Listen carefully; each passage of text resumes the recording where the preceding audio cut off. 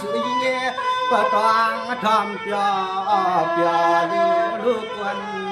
มอ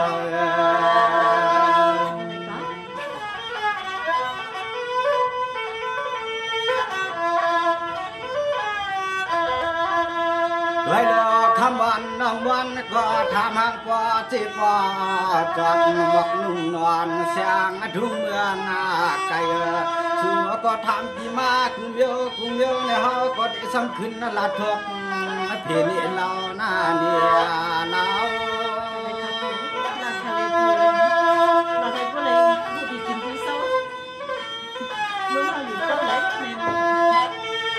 เลยดูคำวันน้องวันพี่ก็รู้เสียเกี่ยงมาเที่ยวกว่างที่เลยนี่แหละไปแล้วมีก่อนอย่างมากก็อันก็แขนก็ซีก็ห้ามเลยเยอะเสือเหล่าเปียวแทงกินอย่างตามขี้ขยาไปอย่างห่างเคยเดี๋ยวมันซ้อมมือกันยัง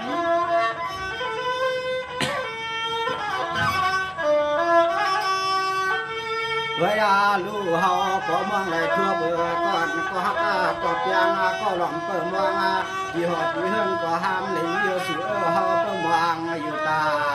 เสียก่อนตาที่เลยทั่วเพียงเสียงมีเสียงตอนเจียงไม่เข้าในมองคำวางในเสือ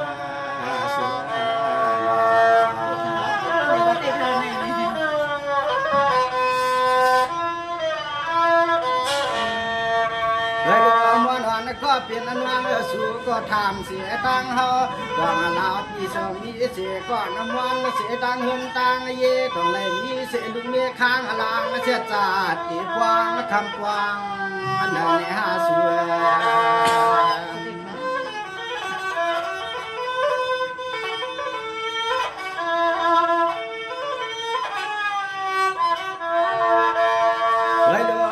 เต็มปังคำการคอนตันอันตอนเฮาแต่งที่เฮือนก็ห้ามเลยมีเสือชูเสียนจะแต่ปอแค่ห้องเล็กชอหน้าตาหักตั้งลูกตายเบิ่นไปฟังไปยังซ้ำห่างสายพี่เสือมือนี่ก็ถือเป็นยี่ไซส์เลยค่ะที่ไทยเป็นพันนี่ระยะลูกขมานั่งวัน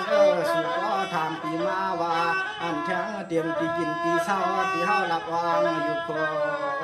ยาในห้าคำเด็กจอนพาการเหี่ยวมัวใน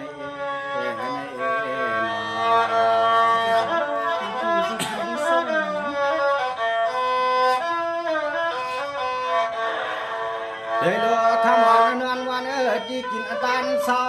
ติดยังเมื่ออันวันทุ่งเมืองจึงไปเดี๋ยวก็เศร้าหลับเดืองทุ่งเมืองตอนอัวเปลี่ยนเศร้าสร้างกินดินตอนเมือง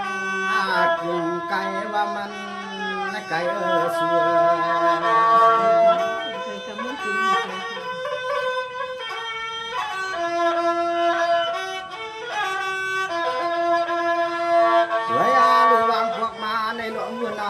ปวางปางปานข้ามนาเมืองเสือ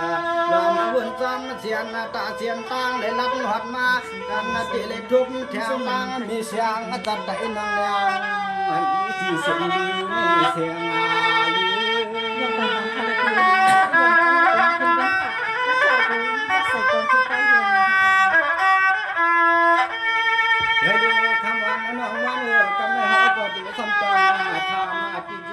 ที่อยู่ธนาธรรมอยู่ตัวทุ่งจึงไปนั่งเลยสุนังเศร้าสังกวดขอบพวงดีลา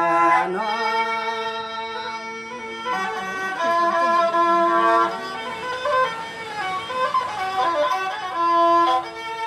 ด้วยลูกขมาเรียกเชื่อควันทุ่งเมืองจึงไทยนาสุนังเศร้าดีลา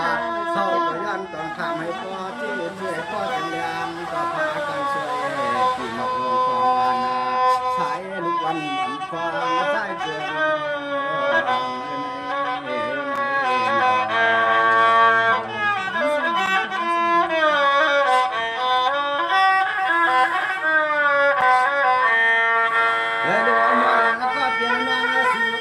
เสียมาบ่เลยมีลูกเล็กแล้วหลักนี่สู่ผมแต่เราขอกันไม่ห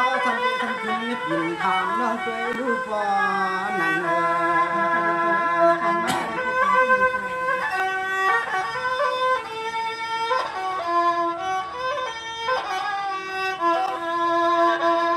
ลาลูกคำว่านาน้องมัน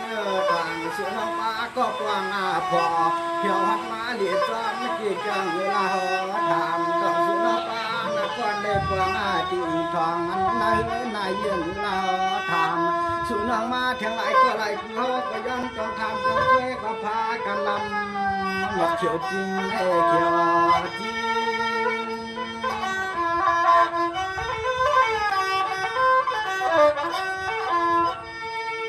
ตัวอยาลูกคำมาเรียกเชื่อสุนังลูกเอาตีเฮือนนั่งมานั่นมาแข่งไหลก็ไหลกู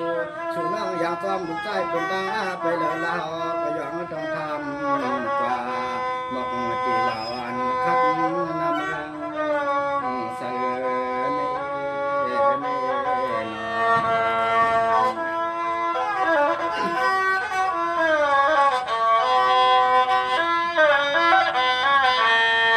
ไปดูมาก็เป็นน้องสาวสุนังไปเลยมีเชื่อจะตาว่าแข็งเขาก็ย้อนพี่เราก็ส่งเขากลางมาแข่งกันจำนี่แหละขึ้นหมอกปันดีกว่า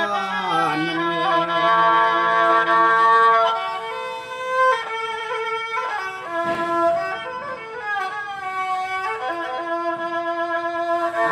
ตอนเฮาเนี่ยเดี๋ยวชาตำขอส่งลำกองยาวพากันลำจากเนื้อสังเสือสูงห้ามก็ไว้ตีนก็พอสำนักพึ่งสูงว่างขึ้นดับเป็นพี่ให้พอเจียงแล้วอันไหนที่ต่างอุกต่าง